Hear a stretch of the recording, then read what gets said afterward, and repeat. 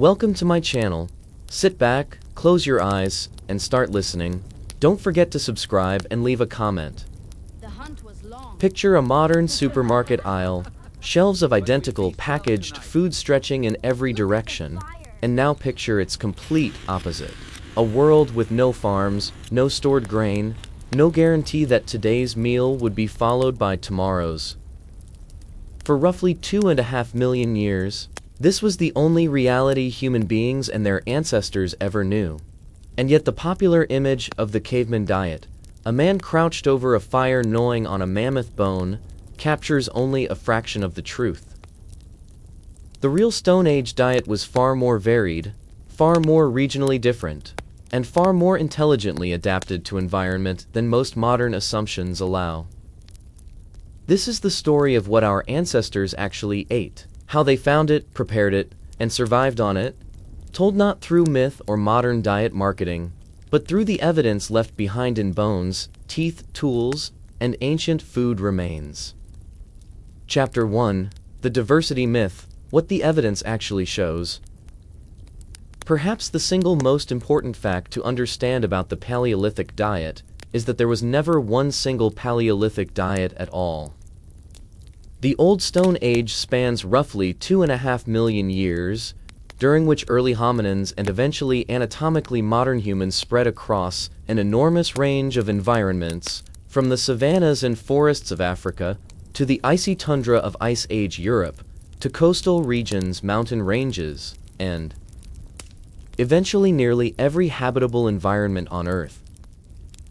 Given this staggering span of time and geography, expecting a single, uniform diet to have existed across all of it would be roughly equivalent to expecting every human culture today, from Arctic communities to tropical rainforest societies, to eat identically simply because they are all technically living in the same historical era. The evidence researchers used to reconstruct ancient diets comes from several distinct and complementary sources, each with its own strengths and limitations. Archaeological excavation regularly uncovers animal bones, bearing cut marks left by stone tools, providing direct evidence of butchery and meat consumption at specific sites.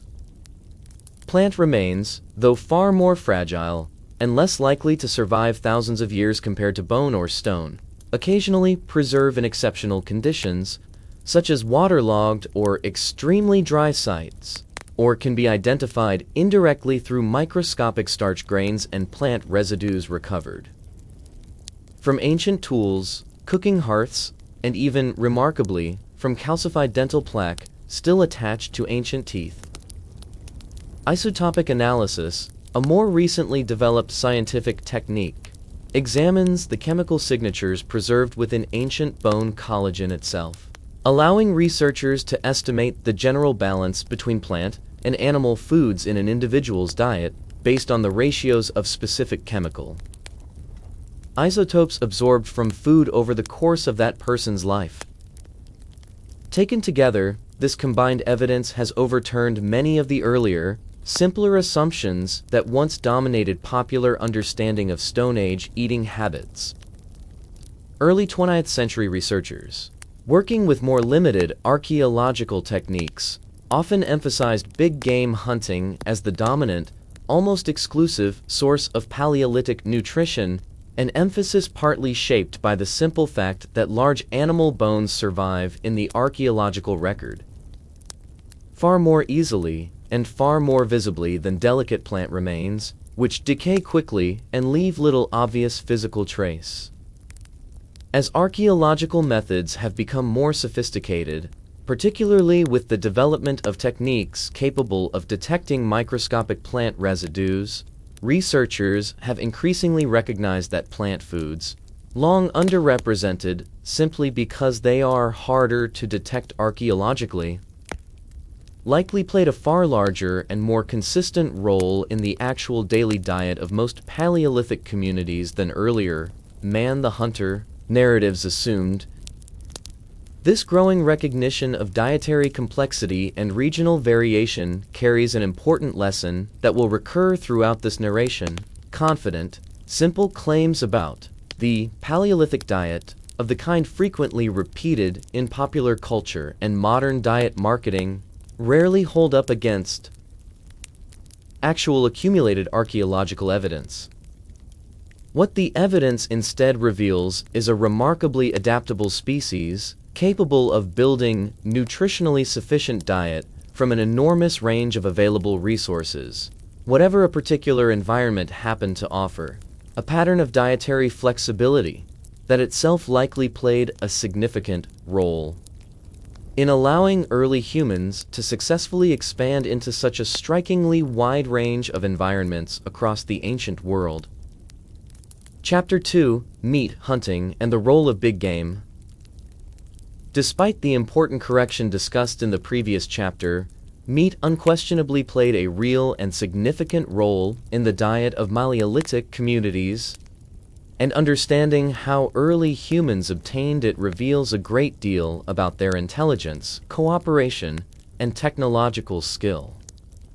The archaeological record contains extensive evidence of animal butchery stretching back well over 2 million years, including stone tool cut marks found on animal bones at some of the earliest known hominin sites in East Africa, demonstrating that some form of meat consumption, whether through active hunting or, in earlier periods, scavenging from animals killed by other predators, formed part of the human dietary pattern from remarkably early in our evolutionary history. The relative balance between hunting and scavenging during the earliest phases of human evolution remains a genuinely debated topic among researchers, since distinguishing clear evidence of active hunting from scavenging opportunistically after a predator's kill can be archaeologically difficult, particularly for the earliest periods where evidence is sparse and fragmentary. However, by the time anatomically modern humans appear in the archaeological record, roughly 300,000 years ago, and especially from around 50,000 years ago onward, evidence for organized, deliberate big game hunting becomes considerably clearer and more extensive, including sophisticated hunting weapons such as finely crafted stone-tipped spears, and later, in the Upper Paleolithic period, spear-throwing devices known as atlatls, which allowed hunters to launch projectiles with considerably greater force and from a safer distance than a hand-thrown spear alone could achieve. Some of the most dramatic archaeological evidence for organized big game hunts comes from Ice Age Europe, where researchers have discovered sites containing the remains of large numbers of mammoths, an enormous, dangerous animal that would have required significant cooperation, planning, courage to hunt successfully. At certain well-studied sites, researchers have identified patterns suggesting that human hunters may have deliberately driven mammoths and other large animals into natural traps such as ravines, bogs, or areas of soft ground, using the surrounding landscape itself as a hunting tool, a strategy that would have required considerable communication, cooperation, and shared knowledge of the local terrain among a hunting group. Similarly, evidence from various sites across Europe and Asia reveals organized hunting of bison, wild horses, reindeer, and other large herd animals, often using strategic knowledge of seasonal migration patterns to predict where and when these animals could reliably be found. It is important to note that the significance of big game hunting likely varied considerably by region, season, and specific community circumstances, rather than representing a constant, uniform practice everywhere. In colder northern environments, where edible plant resources were extremely limited for much of the year, particularly during long winters, meat from hunted animals likely constituted a genuinely dominant portion of the overall diet, simply because far fewer viable dietary alternatives existed in such environments. In warmer regions with more abundant and more consistently available plant resources across the year, meat, while still valued and actively pursued, likely represented a smaller, if still important, proportion of overall caloric intake compared to plant foods, a regional variation that reinforces, once again, the broader theme of this narration. The Paleolithic diet was never a single fixed pattern, but a flexible, intelligent adaptation to the specific resources each environment actually provided. Chapter 3, Gathering, the underappreciated majority of calories. If the previous chapter established that meat played a genuine and significant role in the Paleolithic diet, this chapter turns to a category of food that likely provided the majority of daily calories for many, and perhaps most, Paleolithic communities across much of the year: gathered plant foods. For decades, popular imagination and even early scientific literature tended to underemphasize this category, partly for the simple, practical reason discussed earlier, that plant remains decay far more quickly than bone and stone, leaving archaeologists with far less obvious physical evidence to examine. As archaeological science has developed more sophisticated methods of detecting plant residues, the picture has shifted substantially toward recognizing gathered foods as a consistently central, rather than secondary, component of the ancient human diet. The specific plant foods available to any given Paleolithic community depended entirely on local environment, climate, and season, reinforcing once again the theme of regional dietary diversity running throughout this narration. In many environments, wild tubers and root vegetables, similar in general concept to modern potatoes or yams though botanically quite different, provided a calorie-dense, relatively storable food source that could be dug up using simple wooden or bone digging sticks, tools whose wear patterns archaeologists can sometimes identify even when the tools themselves have not survived intact. Nuts represented another critically important category in many regions, since nuts such as hazelnuts, pistachios, and various other regional varieties offered a dense, storable source of calories and fat that could often be gathered in large quantities during specific seasons and then stored for consumption during leaner periods of the year, evidence for which appears in the archaeological record through concentrated deposits of nutshell fragments found at numerous Paleolithic sites. Wild fruits, berries, and seeds added further variety and essential nutrients to the Paleolithic diet, though these foods were typically far more seasonal and perishable than tubers or nuts, meaning their availability likely fluctuated dramatically throughout the year, depending on local growing seasons.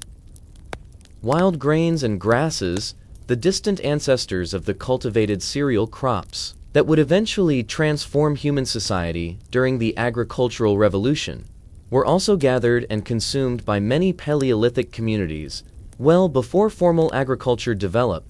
evidenced by archaeological discoveries of grinding stones bearing microscopic wear patterns, and starch residues consistent with processing wild grains, found at sites dating tens of thousands of years before the conventional beginning of agriculture, demonstrating that the eventual shift toward farming represented an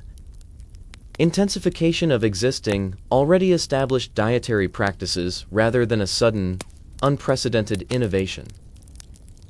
The labor of gathering, evidence strongly suggests, was distributed across a Paleolithic community in ways considerably more complex than the outdated, oversimplified division sometimes summarized as men hunting and women gathering, a division discussed and complicated in earlier chapters of related narrations in this series. What can be said with confidence is that gathering plant foods required its own significant body of specialized knowledge, an intimate, detailed understanding of local plant species, including which parts of a given plant were edible, which required careful processing to remove natural toxins, which ripened during which specific weeks of the year, and where reliable stands of a particular useful plant could consistently be found season after season, knowledge that would have been accumulated, refined, and carefully passed down across many generations within a community, representing an intellectual and cultural achievement every bit as significant, in its own way, as the technical skill required for successful big game hunting. Chapter 4: Fire and the Revolution of Cooking. Among all the technological developments that shaped the Paleolithic diet, few carried consequences as far-reaching as the controlled use of fire, and specifically, its application to cooking food. Archaeological evidence for the controlled use of fire extends back at least 1 million years, with some contested evidence suggesting even earlier dates, though clear, widespread, and well-established evidence of habitual fire use becomes considerably more consistent from around 400,000 years ago onward, found at numerous sites across Africa, Europe, and Asia in the form of hearths, ash deposits, and burned bone and plant remains. The nutritional consequences of cooking were substantial and directly measurable. Cooking meat breaks down tough connective tissue and denatures proteins in ways that make the resulting food significantly easier to chew and digest, allowing the human body to extract more usable energy and protein from the same quantity of meat compared to eating it raw. Cooking plant foods carries similarly significant benefits, since heat breaks down tough plant cell walls, and critically neutralizes many natural toxins and antinutrients present in a wide range of wild plants, effectively unlocking entire categories of plant food that would otherwise have been difficult to digest safely, or in some cases actively dangerous, if eaten raw. Certain wild tubers and legumes, for example, contain natural toxic or anti-nutritional compounds that cooking neutralizes, meaning the controlled use of fire likely opened up significant new dietary possibilities that had previously been unavailable, or at least far less practical and nutritious, to earlier hominins lacking this technology. Beyond these direct nutritional effects, some researchers have proposed that the adoption of cooking carried even broader evolutionary consequences, an idea sometimes referred to as the cooking hypothesis. This hypothesis suggests that the increased caloric and nutritional efficiency provided by cooked food may have helped support the evolution of the notably large and metabolically expensive human brain, since a cooked diet would have allowed early humans to extract sufficient energy from a smaller quantity of food and with considerably less time spent chewing compared to earlier hominins reliant entirely on raw food, freeing up both physiological energy and daily time that could then be redirected toward other activities. This particular hypothesis remains a topic of genuine ongoing scientific debate and is not universally accepted in its strongest form among all researchers, but even more cautious assessments of the evidence generally agree that cooking represented a transformative development in human dietary history, regardless of its precise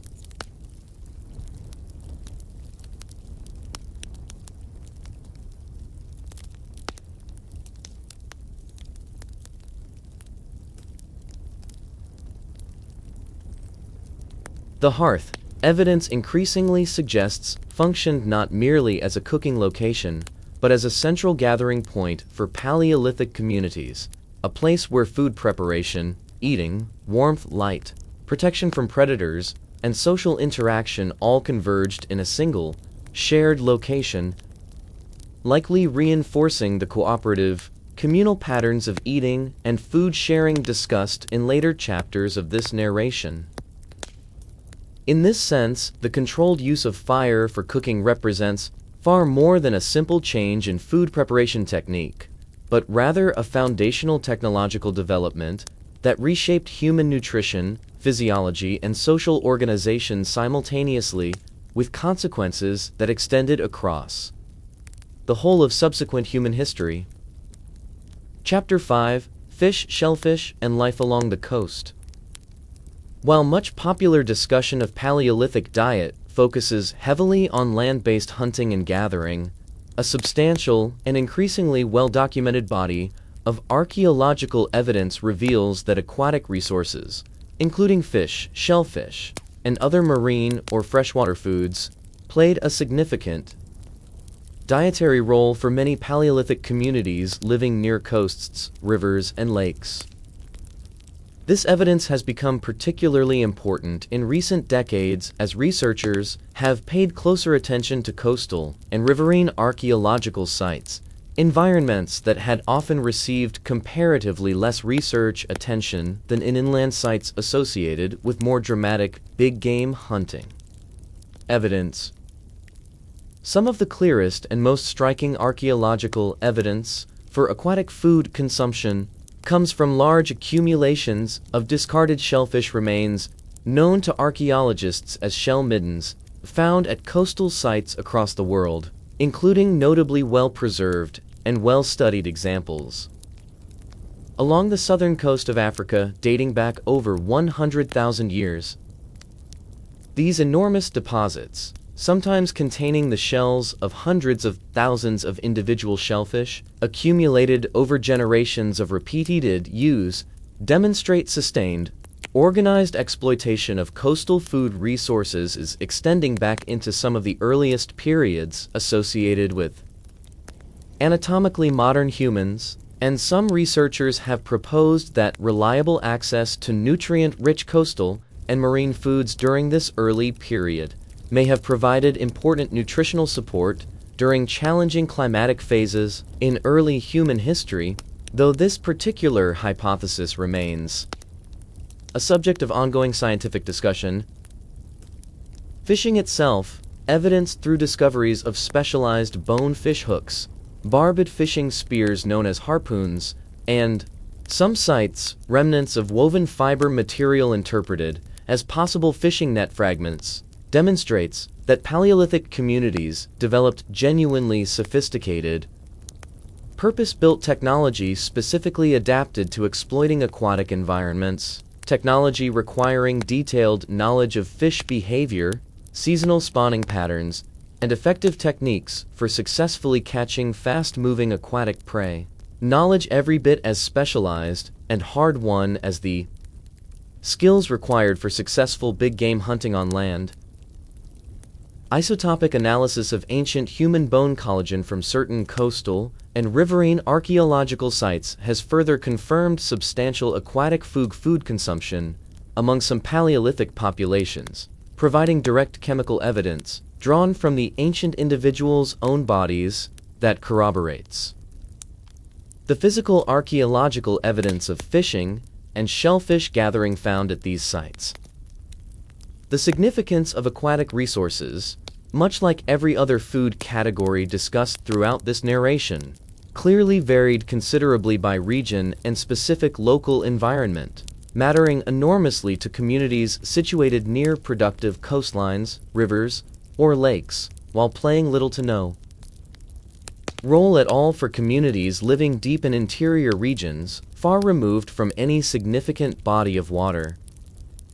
This geographic variation reinforces, once again, the central and recurring theme of this entire exploration, that Paleolithic humans were not bound to a single, universal dietary strategy, but instead demonstrated remarkable adaptability, developing specialized knowledge, tools, and techniques precisely calibrated to whatever specific combination of food resources, whether terrestrial, aquatic, animal, or plant, their particular local environment happened to offer. Chapter 6: Seasonal Feast and Seasonal Famine. Unlike modern societies with year-round access to a stable, consistent food supply through agriculture, global trade, and refrigerated storage, Paleolithic communities lived within food systems that fluctuated dramatically according to the rhythm of the seasons, a reality that shaped nearly every aspect of daily life, movement, and long-term survival strategy. Understanding this seasonal fluctuation is essential to accurately understanding the actual, lived experience of the Paleolithic diet, rather than imagining it as a simple, unchanging pattern repeated identically day after day throughout the year. In many temperate and northern environments, certain seasons offered genuine periods of relative abundance. Late summer and early autumn, in particular, frequently brought a convergence of multiple valuable food resources ripening or becoming available simultaneously, including fruits, nuts, and, in regions with access to migratory animals or spawning fish, especially productive hunting and fishing opportunities as well, since many animal species undertake seasonal migrations and many fish species undergo predictable spawning runs during specific, calculable times of year. Paleolithic communities appear to have organized significant portions of their annual movement and activity specifically around anticipating and exploiting these predictable seasonal windows of abundance, evidenced by archaeological sites showing clear patterns of seasonal, repeated use tied closely to the specific resources available at particular times of year. Winter and early spring, by contrast, frequently represented periods of genuine scarcity and nutritional hardship in many regions, particularly in northern and temperate environments where plant food availability dropped dramatically during the colder months, placing considerably greater dietary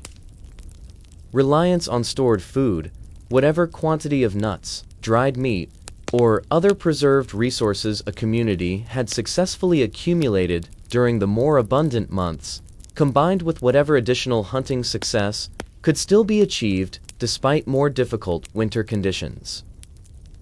Archaeological and skeletal evidence from various sites reveals physical indicators consistent with periodic nutritional stress, including specific patterns of dental enamel disruption known as enamel hypoplasia, which forms during periods of significant physiological stress or inadequate nutrition.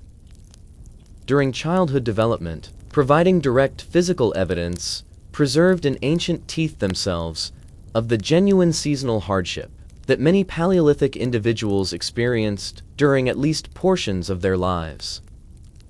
This seasonal reality of alternating relative abundance and genuine scarcity likely shaped Paleolithic culture and behavior in ways extending well beyond simple nutrition.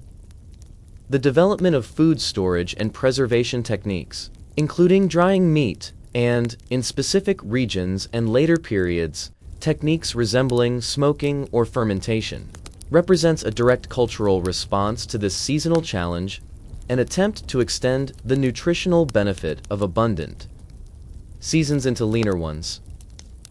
Similarly, the seasonal movement patterns characteristic of many Paleolithic communities discussed briefly in earlier chapters of this series were driven substantially by this same underlying seasonal logic, communities moving deliberately and knowledgeably across their territory throughout the